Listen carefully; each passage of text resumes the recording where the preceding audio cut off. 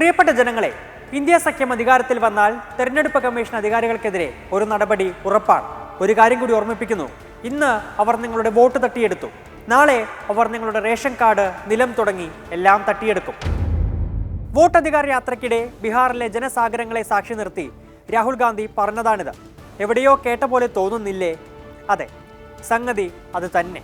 2024 ലോക്സഭാ തെരഞ്ഞെടുപ്പിന് മുമ്പ് നമ്മുടെ പ്രധാനമന്ത്രി നരേന്ദ്രമോദി നടത്തിയ വിവാദ പ്രസംഗം. കോൺഗ്രസ് നമ്മുടെ സ്ത്രീകളുടെ മംഗൾസൂത്രയും സ്വർണവുമെല്ലാം തട്ടിയെടുക്കും, അനധികൃതമായി കുടിയേറി വന്നവർക്കും കൂടുതൽ കുട്ടികളുള്ളവർക്കും രാജ്യത്തിന്റെ സമ്പത്ത് വീതിച്ചു നൽകും. രാജസ്ഥാനിലെ ബൻസ്വാരയിൽ വെച്ചായിരുന്നു കോൺഗ്രസിനെയും ന്യൂനപക്ഷങ്ങളെയും ലക്ഷ്യം വെച്ചുള്ള ഈ പ്രസംഗം. നമ്മുടെ രാജ്യത്തെ ഉയർന്ന ഭരണഘടനാ പദവികൾ വഹിക്കുന്ന 2 വ്യക്തികൾ നടത്തിയ പ്രസംഗങ്ങളാണിത്. ഇവ രണ്ടും നിങ്ങളൊന്ന് താരതമ്യം ചെയ്തു നോക്കൂ. 2 പ്രസംഗങ്ങളിലും പൊതുവായുള്ള കാര്യം മോഷണമെന്നതാണ്.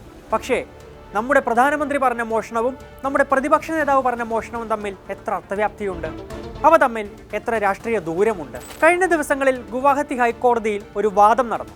ഒരു സ്വകാര്യ കമ്പനിക്ക് ഒരു സിമന്റ് ഫാക്ടറി സ്ഥാപിക്കാനായി അസമിലെ BJP സർക്കാർ 3000 ബിഗാസ് ഭൂമി, അതായത് 81 ദശലക്ഷം ചതുരശ്ര അടി ഭൂമി നൽകി. ഗുവാഹത്തി ഹൈക്കോടതി ജഡ്ജിയായ സഞ്ജയ് കുമാർ മേദി അത്ഭുതത്തോടെ ചോദിച്ചത് ഇങ്ങനെയാണ്: എന്ത് 3000 ബിഗാസ്?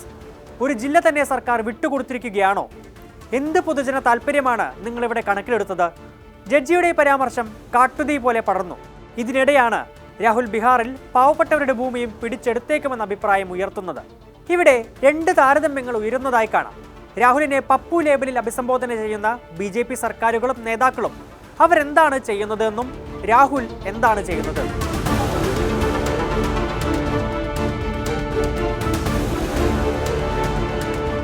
വോട്ട് ചോരി പ്രചരിപ്പിച്ചുകൊണ്ടുള്ള രാഹുലിന്റെ വോട്ടധികാര യാത്രയാണല്ലോ ഇപ്പോൾ എല്ലായിടത്തും ചർച്ചാ വിഷയം. ലോക്സഭാ തെരഞ്ഞെടുപ്പ് കാലത്ത് കോൺഗ്രസ് കൈക്കൊണ്ട അതേ സ്ട്രാറ്റജിയുടെ മറ്റൊരു പതിപ്പാണ് നമ്മൾ ഇപ്പോൾ കാണുന്നത്.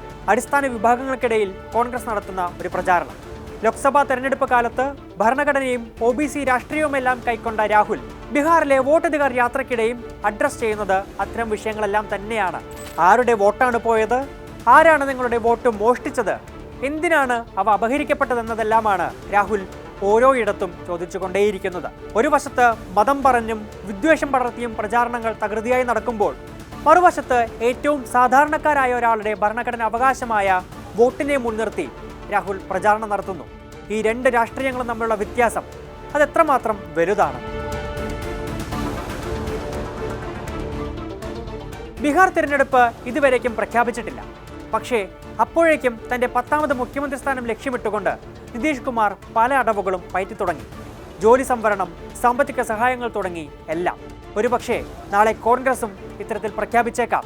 രാഷ്ട്രീയമാണ്, അത് സ്വാഭാവികവുമാണ്. പക്ഷേ എന്ത് തരം മൂല്യങ്ങളിൽ നിങ്ങൾ അടിയുറച്ച് നിൽക്കുമെന്നതാണ് രാഷ്ട്രീയത്തിൽ ഏറ്റവും പ്രാധാന്യമർഹിക്കുന്ന ഒരു കാര്യം. ഇവിടെ രാഹുലും കോൺഗ്രസും നിലവിൽ മറ്റൊരു പാത തെളിയിക്കുകയാണെന്നതാണ് പോപ്പുലർ ഒപ്പീനിയൻ.